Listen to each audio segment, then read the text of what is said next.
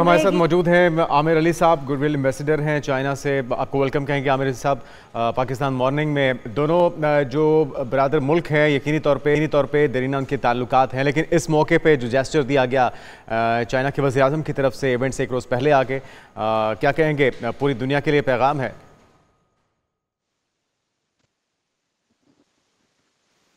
जी, अस्सलाम वालेकुम। जी वालेकुम अस्सलाम। आप मुझे सुन सकते हैं? जी बिल्कुल। देखिए, आप पाक चाइना रिलेशनशिप को एक अलग कॉन्टेक्स्ट में रख सकते हैं, लेकिन एससीओ जो है, शंघाई कोऑपरेशन ऑर्गेनाइजेशन, इसका नाम चूंकि शंघाई से है तो मोस्टली लोगों का ज़हन सिर्फ चाइना की तरफ जाता है, बल्कि शंघाई कोऑपरेशन ऑर्गेनाइजेशन में जो 10 रेगुलर कंट्रीज हैं, जो रेगुलर मेंबर्स हैं, फिर इसके कुछ ऑब्जर्वेटरी मेंबर्स हैं। अगर इन सबको मिलाया जाए तो ये एक जो जियोपॉलिटिकली भी, ज्योग्राफिकली भी और इकोनॉमिकली भी एक बहुत बड़ा ब्लॉक है। और इसके जो मेनली ऑब्जेक्टिव हैं वो ये हैं कि रीजनल कोऑपरेशन को डेवलप किया जाए और जो ट्रेड है उसको स्मूथ किया जाए, लोगों की लाइफ स्टैंडर्ड को इम्प्रूव किया जाए। इसका एक खास मैनिफेस्टो है जिसपे एससीओ, शंघाई कोऑपरेशन ऑर्गेनाइजेशन काम कर रही है। तो मोहम्मद अली साहब, जिस तरह से अब बात हो रही है कि सीपैक फेज़ 2 के ऊपर भी काम होने जा रहा है, तो यकीनी तौर पे एक बड़ी पेशरफ्त इससे भी तस्वुर किया जाए, और आने वाले कुछ महीनों में, कुछ सालों में क्या क्या संगे मील हैं जो अबूर हो सकते हैं इस प्लेटफॉर्म के जरिए? देखिए जी, ये प्लेटफॉर्म तो बहुत बड़ा एक प्लेटफॉर्म है कि पाकिस्तान ने अरसे बाद प्रेसिडेंशियल कॉन्फ्रेंस को होस्ट कर रहा है। इससे पहले अगर कोई इवेंट हम देखते हैं तो वो 2 साल पहले शायद वज़राए खारजा की कॉन्फ्रेंस थी, ओआईसी की। लेकिन ये इवेंट उससे बहुत बड़ा है। हमें इसे सक्सेसफुल करना है। हमें इसे हर किस्म के जो जिसे कह सकते हैं नापसंदीदा जो एक्टिविटीज हैं उनसे भी बचा के रखना है। और इसको हमने सीपैक के साथ हम अटैच कर सकते हैं इस तरीके से कि सीपैक को कहा जाता है सीपेक्स फेज 2।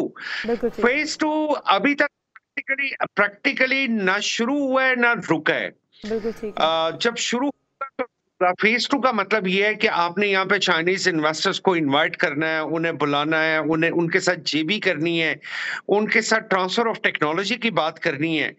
तो अनलकीली मैं समझता हूँ कि पिछले 1.5 साल से जो हमारे यहाँ पे सिचुएशन थोड़ी सी स्टेबल नहीं हो पा रही, कि जब भी ऐसे होते हैं, ऑल्दो चीन is our very good friend, China is like our brother and he really proved. ये इन कुर्बतों को, इन ताल्लुकात को, इस इवेंट को अमेरिका और दीगर जो ताकतें हैं, आलमी ताकतें हैं, वो किस तनाजुर में देख रही होंगी कि पाकिस्तान का किरदार भी उसमें यकीनी तौर पे बड़ा अहमियत का हामिल है? पाकिस्तान होस्ट कर रहा है इस इवेंट को, तो वो कुव्वतें जो नहीं चाहती कि ये कुर्बतें बढ़ें, वो इस इवेंट को किस तरह से देख रही होंगी आपकी नज़र में? जी, आपका सवाल बहुत अच्छा है। एक्चुअली एससीओ का मैनिफेस्टो पढ़ना बड़ा जरूरी है। हम लोगों ने एससीओ का मैनिफेस्टो मेमोरेंडम नहीं पढ़ा।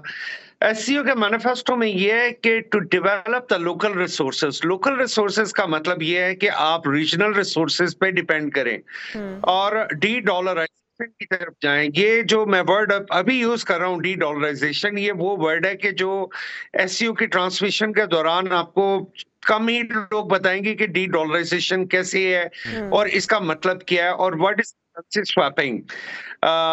एससीओ के मेन ऑब्जेक्टिव्स में एक ऑब्जेक्टिव ये है कि आप सेल्फ डिपेंडेंसी की तरफ जाएं, आप रीजनल डिपेंडेंसी की तरफ जाएं, आप लोगों को एजुकेट करें। और इसके मैनिफेस्टो में ये तमाम चीजें शामिल हैं। और इसका मैनिफेस्टो जैसे अक्सर कहा जाता है। जी जी आमिर अली साहब, इस वक्त क्योंकि चाइना है, फिर रूस है, फिर भारत है, बड़े ममालिक भी इसमें शामिल हैं, दीगर छोटे, ईरान भी अब तो इसमें शमूलियत इख्तियार कर चुका है, वो भी यहाँ पर मौजूद है। तो क्या समझते हैं कि ओवरऑल अगर हम देखें तो क्या खित्ते पे इसका इम्पैक्ट पड़ेगा एससीओ समिट का, और किस हद तक पाकिस्तान उसमें अपना किरदार अदा कर सकता है? जो इस वक्त जंगबंदी है उसको रोकने के लिए अगर हम देखें, जंगबंदी के लिए, या फिर जो इस वक्त हमें पाकिस्तान को भी बैरूनी और अंदरूनी जिस तरह से तहफ़्फ़ुज़ात का शिकार है पाकिस्तान, और एक जंग जो है वो चल रही है, उसको भी ख़त्म करने के लिए क्या समझते हैं कि कितना बड़ा अहम किरदार होगा इसका? जी देखिए, चाइना के बिल्कुल बॉर्डर डिस्प्यूट्स जो हैं वो इंडिया के साथ हैं और अच्छे खासे हैं, हमसे बहुत ज्यादा हैं। और इसी के साथ साथ नेपाल ने भी कुछ अपने बॉर्डर डिस्प्यूट रेज किए हैं इंडिया के साथ।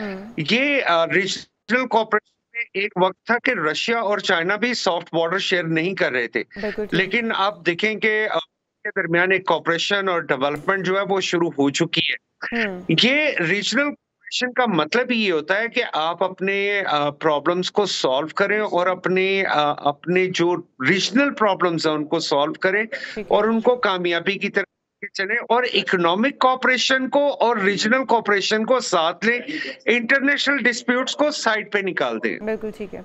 जिस तरह से सऊदी वफूद के साथ अहम यादाश्तें साइन हुई हैं, आप समझते हैं कि दीगर ममालिक के साथ भी इसी तरह के रवाबत जो हैं वो कायम हो पाएंगे और हम मज़ीद कारोबार जो वो पाकिस्तान में इन्वेस्टर्स को मददू कर पाएंगे इस SCO समिट के बाद? जी, चाइना के बाद सबसे इम्पोर्टेंट कंट्री जो है वो रशिया है। रशिया के prime minister with 75 people delegation, जिसमें पॉलिटिकल लोग हैं। पॉलिटिकल लोग के साथ में जो ज्यादा लोग हैं वो जो हैं वो ट्रेड बॉडीज हैं उनकी। तो this is a golden for us to develop our trade relation, trade links। एक कॉन्फ्रेंस होल्ड करने जब आप करते हैं ना तो उसके कई मकासद होते हैं। आप लोगों को सॉफ्ट इमेज पास करते हैं, आप पूरी दुनिया को बताते हैं कि पाकिस्तान के अंदर एक बड़ी पोटेंशियल है, उस पोटेंशियल को हम कैसे यूज कर सकते हैं, रीजनल कोऑपरेशन के लिए कैसे यूज कर सकते हैं, हम ह्यूमन रिसोर्सेज को कैसे डेवलप कर सकते हैं। ये बहुत सारी चीजें जो सामने आएंगी और ये नो डाउट अगर ये कामयाबी है तो इस कामयाबी के कुछ कंट्रीज हैं जो पाकिस्तान के साथ है। आप 2014 के बाद देखें कि रशिया का पाकिस्तान के साथ जो पॉलिटिकल एटीट्यूड है, जियोपॉलिटिकल एटीट्यूड बदल चुका है। आज रशिया और एक सॉफ्टवेयर एरिया में ट्रेवल कर रहे हैं, उनके सॉफ्टवेयर इमेज बन गई और ये वक्त के साथ साथ सॉफ्ट आप ये हमारी उनके साथ जो पेट्रोल की जो डिपेंडेंसी है, हम पूरी दुनिया में हम डिपेंड, अगर रशिया हमें सस्ता पेट्रोल दे रहा है तो आमिर अली साहब, हमने इसे पहले भी देखा, पाक चीन जो है वो रवाबत बेहतर करने के लिए पाक चीन कॉरिडोर को शुरू किया गया, जिसके अब फेज़ 2 की बात की जा रही है, लेकिन जो अवाम तक उसके हमने देखा फ़वाइद वो नहीं पहुंच पाए। जॉब्स के क्रिएट होने के बहुत बड़े चांसेस थे हमारे पास के उससे कॉरिडोर से कोई जॉब्स मिलेंगी, लोगों को नए मौके जो है वो फराहम किए जाएंगे। उस तरह से हमने देखा कि अमली इक़दाम नहीं हुए हैं। हमने तो रिपोर्ट किया, अब क्या समझते हैं कि जो अब तमाम मुआहदे हो रहे हैं या जिस तरह से हम बता रहे हैं इन्वेस्टर पाकिस्तान में आ रहे हैं, उससे पाकिस्तान की आवाम को भी कोई फायदा होता हुआ नजर आ रहा है? जी मैडम, मैं ये सवाल मुझसे सबसे ज्यादा पूछा जाने वाला सवाल है और इस सवाल का जवाब बड़ा सिंपल है। हमने अभी तक किया क्या है? फेज 2 की बात तो करते हैं। फेज 2 है क्या? फेज 2 है industrialisation, JV, joint venture, transfer of technology. आपने अभी तक कितने इंडस्ट्रियल पार्क, मैं गवर्नमेंट ऑफ पाकिस्तान से पूछता हूँ, कितने इंडस्ट्रियल पार्क हैं जो आपने डेवलप किए हैं? कितने स्पेशल इकोनॉमिक जोन्स हैं जो आपने डेवलप किए हैं? अभी तक ऑन रिकॉर्ड आपके पास सिर्फ एक स्पेशल इकोनॉमिक जोन है फेडमिक का, उसके अलावा आपके पास स्पेशल इकोनॉमिक जोन्स कई नहीं है, एक भी नहीं है। 13 स्पेशल इकोनॉमिक जोन आइडेंटिफाइड हुए थे, टोटल 52 बनने हैं। मैडम, तमाम इन स्पेशल इकोनॉमिक जोन्स पे काम ही शुरू नहीं हो सका। उसके अलावा अगर फेडमिक में पार्शली काम शुरू हुआ है तो आज तक उसको स्पेशल इकोनॉमिक जोन स्टेटस लेने के लिए जो फॉरेन और पाकिस्तानी कंपनियां कई साल धक्के खाती रही, उसी की वजह से तो SIFC बना।